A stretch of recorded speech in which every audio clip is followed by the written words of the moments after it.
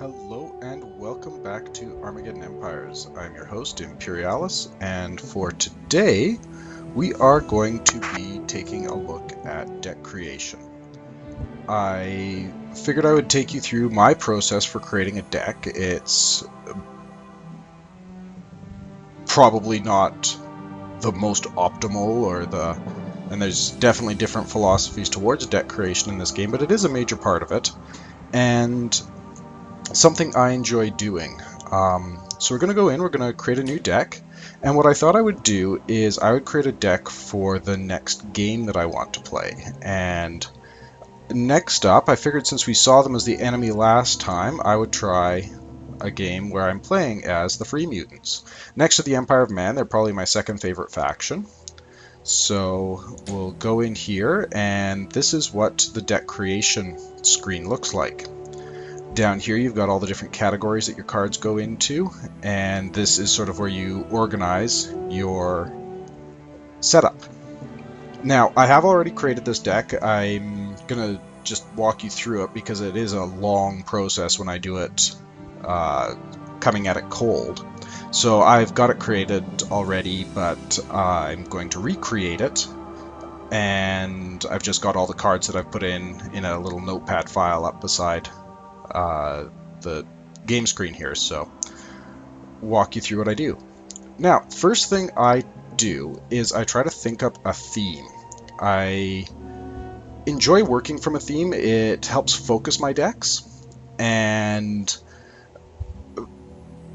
rather than drawing a card and then trying to figure out what to do with it, I prefer to think about what I do with the card as I'm putting it into my deck and figure out other cards that work well with it and make sure that kind of every card has its place and I know what I'm doing, regardless of what I have sitting in my hand. I also like to keep my decks quite small. I keep my total cards at around 40. This is a habit that I picked up, years and years ago, probably when I was in junior high and playing a lot of Magic the Gathering. When you've got a really, really big deck, there's never a guarantee that you're going to get what you want when you want it. But by keeping the deck small, it helps increase the odds that you'll actually draw something that you want. So let's get started here. The theme that I chose for this deck, I kind of wanted to stick with the strengths of the mutants, which is mobility and being able to hit hard and hit fast and sort of disappear back out into the desert afterwards. And with that in mind, I chose to name my deck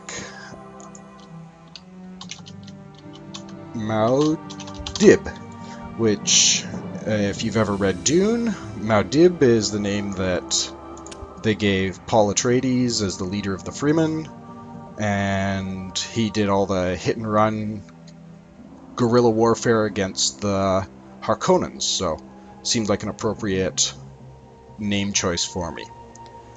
Now, first thing I always pick is my stronghold. And you've got three choices here. You've got the Tribal Keep, the War Redoubt, and the Clan Fortress. The Tribal Keep is very, very basic. It's the one that you saw in the last game. It just provides a supply source, collects resources, doesn't cost any points. It's free, but other than that, it doesn't really offer much of anything other than a place to start the game from. The Clan Fortress is a heavier facility. It has the Hardened ability, so it means that it's less likely to get taken out by, or almost impossible to take it out with a nuclear bomb, which if you watched the last video you'd see was exactly how I won. So if they had had a Clan Fortress, I wouldn't have been able to take them out with that nuke at the end. And the last one, and this is the one that I'm actually going to be using, is the War Redoubt. And just like the other ones, it collects the same resources and all that sort of stuff, counts as a supply and barracks, but this one has camouflage of 4, so that means that the only way to actually see my fortress is for the enemy to get a recon unit in on it. And so I'm going to add that in. Pop it up here. And now I'm going to start going through my facilities. First things first, I gotta put an intel center in. Those are pretty darn near essential. And then I will put in 2 research labs.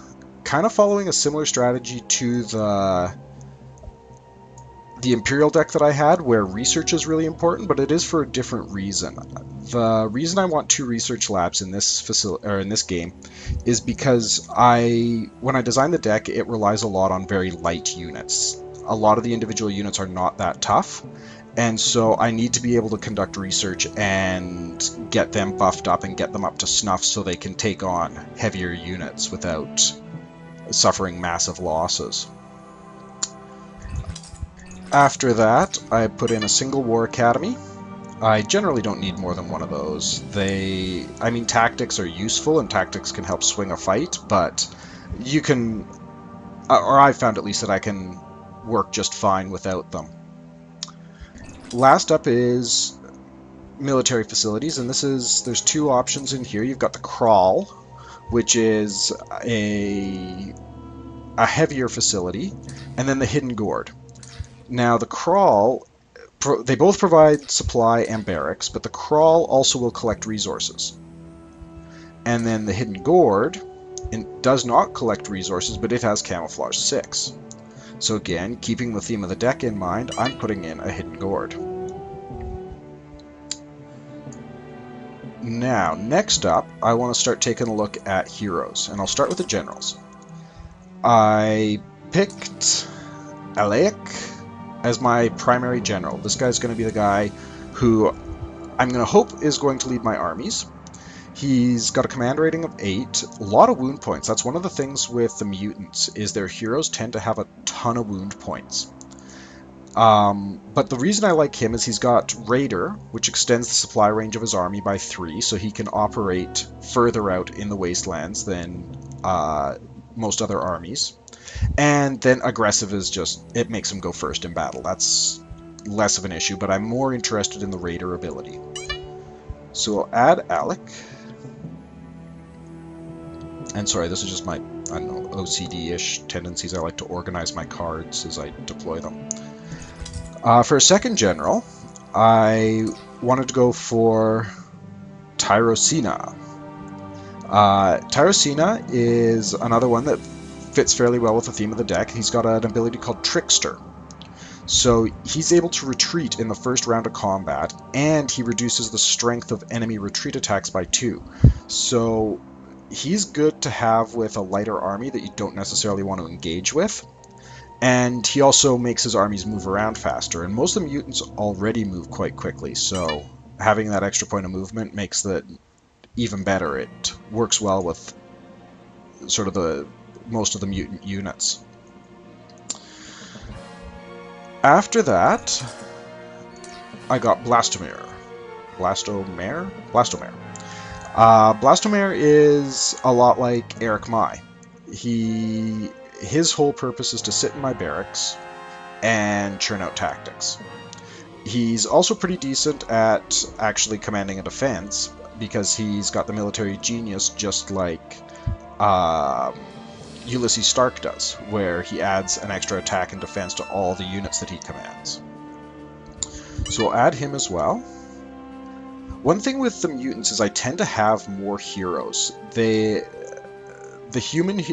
Imperial heroes tend to be a bit better generalists. The mutants are much more focused, which does mean you need to double up on them a bit more, especially when it comes to the scientists. I included one more general, Pax. I did debate putting him in the deck or not. I wasn't 100% sure if I wanted to do that. Just because you want to avoid having too many of any particular type of card, or else you'll end up with a hand full of nothing but heroes and no armies to actually command them with, or command with them. But I did include Pax. Again, he's a hero that'll probably be sticking around the base. He's got Master Strategist, so it's going to make it easier to create tactics cards.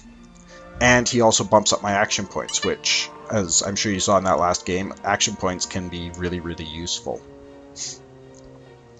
So after that, I have another hero under the Scouts here. Morphos. Morphos is... He's there to command some of my, well, scouts, really. He's going to fill a similar role to Sigmund. So I'm going to include him. Now, scouting with the mutants is a little weird, because they don't have a unit like the Rangers that can go into stealth. They're good scout units, neither of them are capable of stealth, which is a little bit annoying. But still going to have him running around enemy lines trying to cause a bit of a ruckus. And so he'll have a beefier army than Sigmund had, for sure, because he needs to actually be able to stand up and fight. He can't rely on stealth quite as much. After that, we'll go into the agents. And really it comes down to two. You've got a choice between Nod and Necrosis. Hizal is kind of... she's okay if you want to leave her in your base, but for offense, she's just not that useful. She can only do espionage, which, of the different spy abilities, is probably the least useful. And then Urexil can only sabotage and conduct espionage. So, looking for an assassin here, and you have two choices. You've got either Necrosis or Nod. And Nod is head and shoulders better. He has an ability called Slaver that can kill a hero with a single success. So he is an absolute beast when it comes to taking out enemy heroes. And I'm not going to use him for that reason. He's just overpowered. It's the same reason the humans have a spy called Mata Boyd, who can do the same thing, but with sabotage. And I don't use her for that reason. I use Valentine instead. So I'm going to use Necrosis. He's still a good assassin, and he can also develop tactics. So add him in. And after that, we've got our intellects. For intellects, I'm going to start with Mitok. Mitok is an administrator. Makes it easier to create technology. And again, increases action points, which is always useful. Also reduces the cost to draw cards. So he's just kind of useful all around. Not an essential hero, but nice to have. After him, we are going to have Ichthyos. And Ichthyos, he's just a technologist. That's all he does, is he makes technology. And after that, it is Plasmid. Plasmid's a geneticist, and she also makes it, again, easier for other scientists to do their jobs.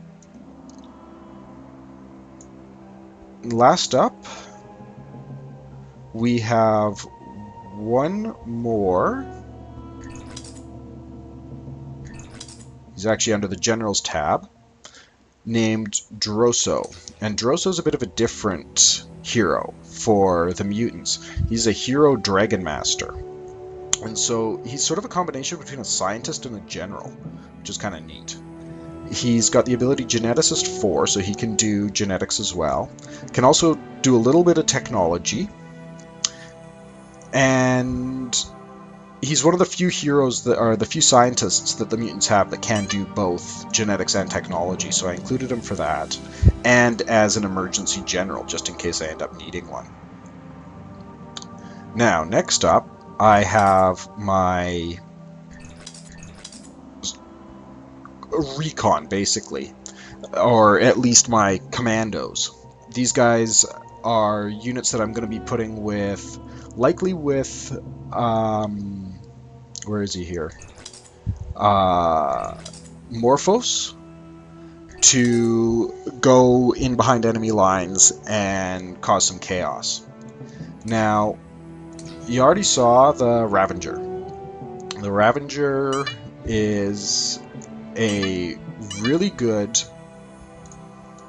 scout unit. It's about on par with the commandos, and they also have commandos, so they can operate outside of supply. Then, under the Giants tab here, we have an interesting unit called Zentrads. And Zentrads are giants. They sort of fill the same role as the powered battle armor for the Imperials. So they're tough infantry. And these guys, though, the reason that I'm interested in them is they also have commando. So we'll add 2 of them in. And these are going to be the guys that run around and try to disrupt things behind enemy lines. They're not going to be able to stand toe-to-toe with a big stack, but they're going to be able to hold their own in most fights. Now, after that, I have one more reconnaissance unit that I include, just the Outriders. They're cheap, disposable recon. Run around close to my base, keep an eye out for enemies poking around. That's basically why they're there.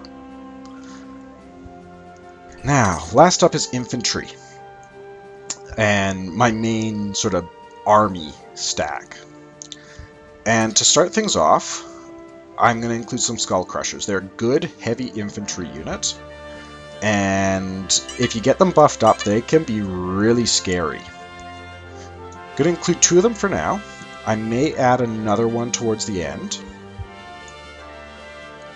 but I like having them in my armies as a unit that can both deal and take quite a bit of damage, which is something that the mutants kind of lack, is the ability to take damage.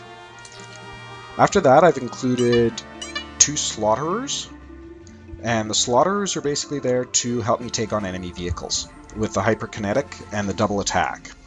They're weaker overall than the Skull Crushers, but in certain situations they can come in really handy. Last up is Legionites, and they are just a solid sort of all-round infantry unit. And I've included 4 of them, and they're going to be sort of the bulk of my armies. They're going to sit in the front lines and take and deal most of the damage. After that, I have Razors. And Razors are weak on defense. Well, at their base, they're quite strong on defense and weak on attack, but they have Assault 6. So they can get their attack up to 9.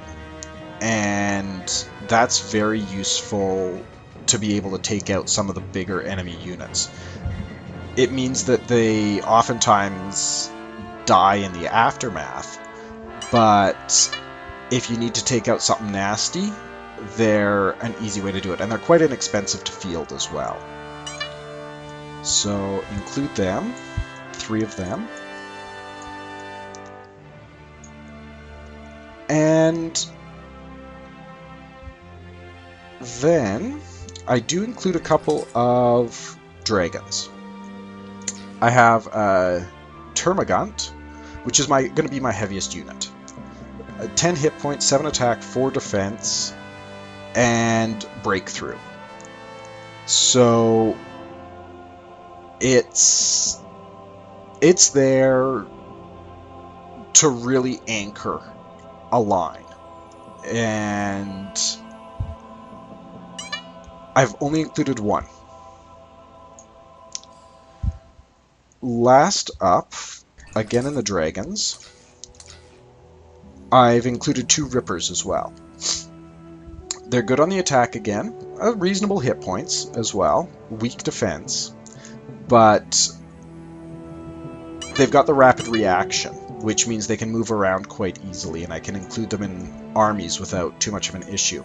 And because I've got so many infantry, for the mutants, dragons count as vehicles. So the combined arms from the infantry will stack with these guys and let them do even more damage. Now, you see I'm at 37 cards. I've got a couple... The minimum deck size is 40, and that's what I'm aiming for, is 40 cards. So with the extra bits that I have, I'm going to, or the extra 3 cards that I need to put in, I'm going to do one more War Academy. Again, just because I'm relying so much on the infantry, and being able to buff them up with the War Academy is pretty invaluable. And then 2 cards left. I'm going to go back into my infantry, and we'll put in 1 more Skull Crusher and 1 more Legionite. So that's what the cards look like. And I'm almost done. All that is left to do, let's see if I can do this without it looking really ugly. No, I'm not going to be able to. So they'll just have to sit out there. The last thing you need to do is you need to pick the tiles that you start with. Now, if you were looking at my cards as I was deploying them, you'll see mutants. The one thing mutants don't need very much of at all is energy. It's just a couple of facilities, really, that require energy. None of their units actually need energy. And most of their units also need very little in the way of materials. The dragons require a little bit more, but if you look at the slaughterers, they only require 1 materials. They only require 1 materials, 1 materials, all of that. And so, with that in mind, the one thing they do need, though, is a lot of humans. So, for my core resource tiles, I'm going to go for the Kin Home. Now, the Kin Home, it gives a defensive bonus. It's a little bit tougher to move through. It's going to make it tougher for the enemy to get their supply in here. And it grants me 2 humans. So I'm going to include that. For my secondary resource tiles, because my goal is to keep it under 10 points. There's basically 3 levels for everything. 175 points is the smallest size of deck that you can have. And then it's 225 and 275. So a 275 point deck would be huge. And each of the different cards has a different point value. So the more powerful units require higher points to put in your deck. And right now, my cards themselves are sitting at 119 points, so I'm well under the 175 point limit. And with tiles, they operate the same way. They're either 5 points or less, 10 points or less, or 15 points or less. Now, the only tile that is 5 points is the Mutant Wastes and the Tribal Lands. And I mean, they're okay, but I like starting with a bit more resources around. So I usually go for 10 points worth of tiles, 10 or 15. So with that in mind, I've included Kin Home, and then I'm going to include a secondary resource tile, because the one other thing that they do need a bit of is materials. So now I'm debating, and I know I said I wouldn't do this, if I should go for junkyards and go up to the 15 point tiles, or just go for strip mines. Maybe I'll do junkyards and shanty towns. That gets me up to 13 points. So I'll have a total of 3 human resources, 2 materials, 2 science, and 1 energy, which should be plenty.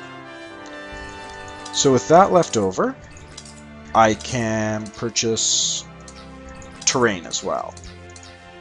And I might just get some hills. These don't actually have any resources on them, but I might get some hills because it's going to make it a little tougher for enemies to move around. And if I put it behind my stronghold, or actually no, I'm just going to leave it as is. Leave it with the 13 points, not bother with any terrain tiles. So, press save, and that's that. My deck is complete. Hopefully you found that interesting. I'm glad I managed to keep the overall time to under half an hour. Spent about 2 hours earlier today actually designing the deck, and so I'm now trying to explain everything. It went much quicker. Anyhow, I'm going to let you go here.